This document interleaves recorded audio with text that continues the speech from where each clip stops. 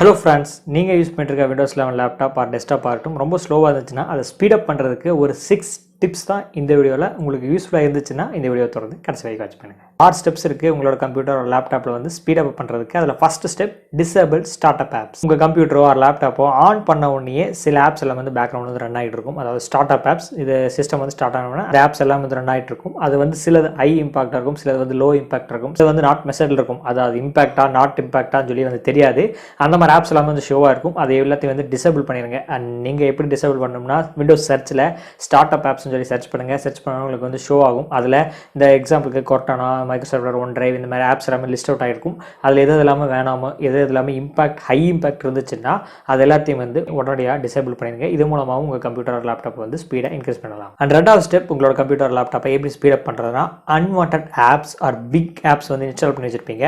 இப்போ நிறைய பேர் வந்து ஒரு ஆப் வந்து இன்ஸ்டால் பண்ணி யூஸ் பண்ணணும், ஒரு கேம் வந்து இன்ஸ்டால் பண்ணி விளையாடணும்னா அந்த சமயத்தில் வந்து இன்ட்ரெஸ்ட்டாக இருந்துட்டு அண்ட் சில நாட்களில் ஒரு மாதமோ 2 மாதமோ சில நாட்கள் கழிச்சு அந்த ஆப் வந்து யூஸ் பண்ணாமல் வந்து போயிடுவாங்க. அவங்களுக்கு சில வேலைகளாக இருக்கும். அதனால் இந்த ஆப்போ ஆர் கேமோ வந்து கண்டினியூ பண்ணாமல் போயிடலாம். அண்ட் அப்படி இருக்கும்போது அந்த ஆப்ஸ் எல்லாமே அப்படியே இருக்கும், அந்த ஸ்டோரேஜ் ஃபைல்ஸ் எல்லாமே அப்படியே இருக்கும். அதனாலையும் உங்களோட கம்ப்யூட்டரோட ஸ்பீடை வந்து ரொம்பவே கம்மி பண்ணியிருக்கும். அதனால் நீங்கள் ரொம்ப நாள் யூஸ் பண்ணலை அப்படிங்கிற பட்சத்தில் ஆப்ஸில் போய் சர்ச் பண்ணி பாருங்கள். இப்போ அதே விண்டோஸ் சர்ச்சில் ஆப்ஸ் நீங்கள் கொடுத்துட்டு என்டர் கொடுத்தீங்கன்னா எல்லா ஆப்ஸுமே இன்ஸ்டால் பண்ணிக்க எல்லா ஆப்ஸும் வந்து லிஸ்ட் அவுட் ஆகும். அதில் எந்தெந்த ஆப்ஸ் வந்து யூஸ் பண்ணிட்டு இருக்கீங்க, எந்தெந்த ஆப்ஸ் வந்து யூஸ் பண்ணலை ரொம்ப நாள் ஆச்சு பட் அது ஹை எம்பி வந்து ஹை எம்பிஆர் ஜிபி வந்து லோட் பண்ணி வச்சிருக்குன்னா உடனடியாக வந்து அதை அன்இன்ஸ்டால் பண்ணிடுங்க. அடுத்து உங்களோட விண்டோஸ் 11 ஸ்பீட் அப் பண்ணுறதுக்கான 3வது ஸ்டெப், இது மோஸ்ட்லி எல்லாத்துக்குமே தெரிஞ்சிருக்கும், டெம்பரரி ஃபைல்ஸை வந்து க்ளீன் அப் பண்ணுறது. அடிக்கடி வந்து க்ளீன் அப் பண்ணிடுங்க. சில பேருக்கு 1 GB 2 GB 3 GB வரைக்கும் வந்து அந்த டெம்பரரி ஃபைல்ஸ் வந்து ஸ்டோர் ஆகிட்டே இருக்கும். இது மூலமாகவும் கொஞ்சம் எக்ஸ்ட்ரா உங்களோட சிஸ்டம் வந்து ஸ்பீட் அப் பண்ணிக்கலாம் இந்த டெம்பரரி ஃபைல்ஸ் வந்து டெலிட் பண்ணுறதுனால. அண்ட் இதை எப்படி டெலிட் பண்ணுறதுனா சேம் அதே விண்டோஸ் சர்ச்சில் ஸ்டோரேஜ் செட்டிங்ஸ் டைப் பண்ணுங்கள். அண்ட் கொடுத்தோன்னா உங்களுக்கு டெம்பரரி ஃபைல்ஸ்னு சொல்லி ஒரு ஆப்ஷன் ஷோ ஆகும். அதை நீங்கள் கிளிக் பண்ணால் உங்களுக்கு ஆட்டோமேட்டிக்காக ஒரு 5 to 10 செகண்ட்ஸ் வந்து வெயிட் பண்ணுங்கள். அது எல்லாமே வந்து லோட் ஆகும். லோட் ஆகி முடிச்சோன்னா மேலே வந்து எவ்வளோ ஜிபிஆர் எவ்வளோ எம்பிக்கு வந்து உங்களோட டெம்பரரி ஃபைல்ஸ் வந்து எடுத்து வச்சிருக்கு சொல்லி ஷோ ஆகும். அண்ட் அதில் வந்து டவுன்லோட்ஸ் இருக்கும். அண்ட் டவுன்லோட் காலம்ஸில் நீங்கள் என்ன டவுன்லோட் பண்ணியிருக்கீங்களோ அதெல்லாமே சேர்த்து தான் வந்து ஷோ ஆகும். அது அன்டிக்கில் தான் இருக்கும். நீங்கள் அதை டிக் பண்ணி டெலிட் பண்ணுறதுனாலும் டெலிட் பண்ணிக்கலாம், உங்களோட விருப்பம். அது எது வேணுமோ சொல்லி வந்து பார்த்துக்குங்க. அது டிஃபால்ட்டாக அது தேவையில்லாத எல்லாமே டிக் பண்ணி தான் வச்சிருக்கும். அண்ட் உங்களுக்கு தேவை இருக்கா இல்லைன்னு சொல்லி பார்த்துட்டு நீங்கள் டிக் பண்ணுங்கன்னு சொல்லி சில காலத்தை டிக் பண்ணாமல் வச்சிருக்கும். அதெல்லாம் வந்து பார்த்துட்டு டிக் பண்ணிவிட்டு நீங்கள் டெம்பரரி ஃபைல்ஸை டெலிட் பண்ணிடுங்க. இது மூலமாகவும் உங்கள் லேப்டாப் ஆர் கம்ப்யூட்டரை இன்னும் கொஞ்சம் ஸ்பீடை இன்க்ரீஸ் பண்ணலாம். அடுத்து நம்ம பார்க்க போகிற 4வது ஸ்டெப், இது கொஞ்சம் எக்ஸ்ட்ராவாக உங்களோட சிஸ்டம் வந்து ஸ்பீடாக பண்ணிக்கும். உங்களோட மவுஸ் பாயிண்ட் இருக்குது பார்த்தீங்களா, அதுக்கு கொஞ்சம் ஸ்பீட் பண்ணிக்கலாம். அதை எப்படி ஸ்பீட் பண்ணுறதுனா சேம் விண்டோஸ் சர்ச்சில் மவுஸ் செட்டிங்ஸ் சொல்லி டைப் பண்ணுங்கள். டைப் பண்ணிட்டு என்டர் கொடுத்தோம்னா மவுஸ் பாயிண்டர் அந்த ஸ்பீட் இருக்கும். அது டிஃபால்ட்டாக 10 or 9 இருந்துச்சுன்னா கொஞ்சம் இன்க்ரீஸ் பண்ணுங்கள்.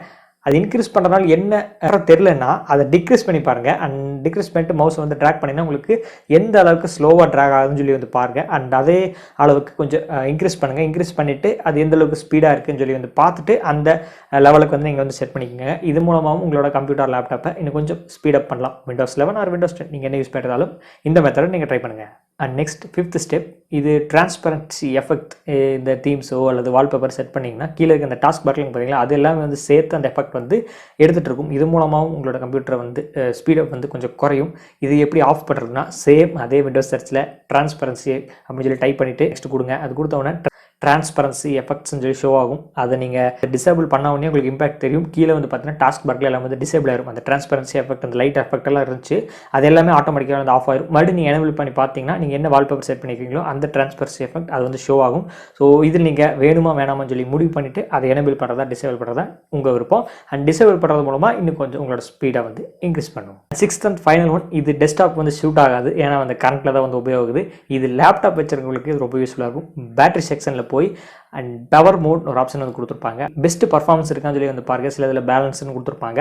அந்த 3 ஆப்ஷனில் வந்து பெஸ்ட் பர்ஃபார்மன்ஸ் சூஸ் பண்ணிக்கோங்க. இது மூலமாக உங்களோட கம்ப்யூட்டரில் லேப்டாப்போட ஸ்பீடை வந்து இன்னும் கொஞ்சம் இன்க்ரீஸ் பண்ணலாம். ஸோ இந்த 6 ஸ்டெப்ஸை வந்து ட்ரை பண்ணி பாருங்கள். இந்த 6 ஸ்டெப்ஸ் மூலமாக கண்டிப்பாக உங்களோட விண்டோஸ் 11 ஆர் விண்டோஸ் 10 நீங்கள் ட்ரை பண்ணுங்கள்.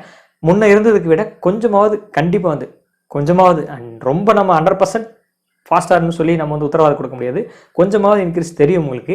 இன்க்ரீஸ் ஆச்சா இல்லையான்னு சொல்லி வீடியோ பார்த்து முடிச்சுட்டு எல்லா மெத்தட்ஸையும் ட்ரை பண்ணி பார்த்துட்டு முடிஞ்சால் வந்து கமெண்ட் செக்ஷனில் ஷேர் பண்ணுங்கள். அண்ட் இந்த வீடியோ உங்களுக்கு பிடிச்சிச்சுன்னா எல்லாத்துக்குமே லைக் பண்ணிட்டு ஷேர் பண்ணுங்கள். மறக்காமல் நம்ம சேனலையும் வந்து சப்ஸ்கிரைப் பண்ணுங்கள். மீண்டும் ஒரு நல்ல வீடியோ உங்களை சந்திக்கிறேன்.